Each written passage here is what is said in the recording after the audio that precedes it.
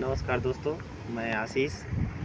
आज हम लोग जानेंगे कि मधुमक्खी पालन से हम लोगों को क्या-क्या लाभ मिल सकता है। मधुमक्खी पालन करके हम लोग किस प्रकार से लाभ अर्जित कर सकते हैं। तो मधुमक्खी पालन से मुख्यतः 2 प्रकार से हम लोग लाभ अर्जित कर सकते हैं। पहला है प्रत्यक्ष तरीके से, दूसरा है अप्रत्यक्ष तरीके से। प्रत्यक्ष तरीके में मधुमक्खी से संबंधित उत्पाद आते हैं कि मधुमक्खी पालन करने से हम लोग को जो उत्पाद मिलते हैं उसको हम लोग बेचकर उससे लाभ अर्जित कर सकते हैं। पहला है शहद। शहद के बारे में तो सब जानते होंगे। मधुमक्खी का मुख्य रूप से जो उत्पाद होता है वो शहद होता है, जिसका इस्तेमाल हम लोग ब्यूटी प्रोडक्ट्स में, हेल्थ में और विभिन्न आयुर्वेदिक दवाओं में इस्तेमाल किया जाता है। दूसरा होता है पराग, पोलन जिसे बोलते हैं। पराग मधुमक्खियाँ जब फूलों से शहद लेने जाती हैं तो अपने बच्चों के लिए पराग भी लेके आती हैं। उसका प्रयोग हम लोग नेचुरल प्रोटीन सप्लीमेंट के रूप में भी इस्तेमाल करते हैं। तीसरा है वी वैक्स।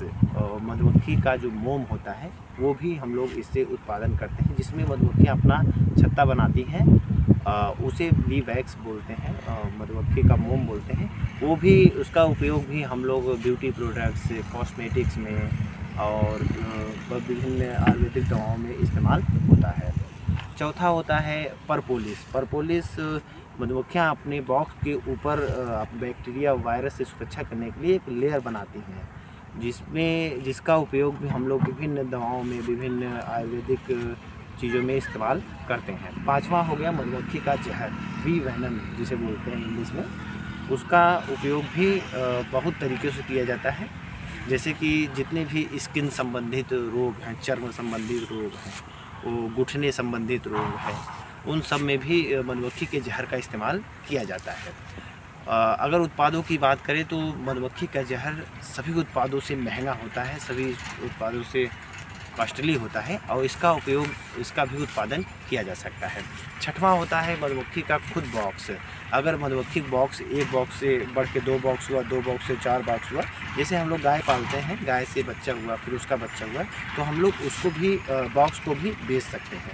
तो छठे के रूप में मानेंगे तो उत्पादों में तो खुद मधुमक्खी हुई। अगर मधुमक्खियों की जनसंख्या बढ़ती है तो हम लोग उसको भी बेच के लाभ अर्जित कर सकते हैं। मधुमक्खी पालन से अप्रत्यक्ष लाभों की बात करें तो उसमें आता है पोलिनेशन प्रोसेस, परागण की प्रक्रिया। जिस प्रकार हम मनुष्यों में नर होते हैं, मादा होते हैं, उसी प्रकार सभी वनस्पतियों में नर अलग होते हैं, मादा अलग होते हैं। नर फूल अलग होता है, मादा फूल अलग होता है। जब तक नर फूल मादा फूल एक दूसरे से सटेंगे नहीं, इसका मतलब नर फूल का पराग मादा फूल पे, मादा फूल का पराग नर फूल पे नहीं जाएगा, तब तक उसमें फूल से फल नहीं लगेंगे। तो मधुमक्खी जब शहद लेने जाती है, नेक्टर इकट्ठा करने जाती है, तो सभी फूलों पे बारी बारी से बैठती है। तो उसी साथ साथ नेक्टर के साथ साथ पराग भी एकत्रित करती है। पराग जब एकत्रित करती है तो एक फूल से पराग एकत्रित करती है, दूसरे फूल पे पराग जाती है, बैठती है, फिर वहाँ से पराग एकत्रित करती है। इस प्रकार सभी फूलों पे बैठती है। तो इससे क्या होता है, एक फूल का पराग, नर फूल का पराग मादा फूल पे, मादा फूल का पराग नर फूल पे चला जाता है, जिससे क्रॉस पोलिनेशन, परागण की प्रक्रिया संपन्न होती है। और परागण की प्रक्रिया की बात करें तो इससे लाभ की बात करें तो जो भी किसान हैं, चाहे सरसों के हों, चाहे सब्जी के हों, उनके उत्पादन में लगभग 50% उत्पादन में वृद्धि होता है।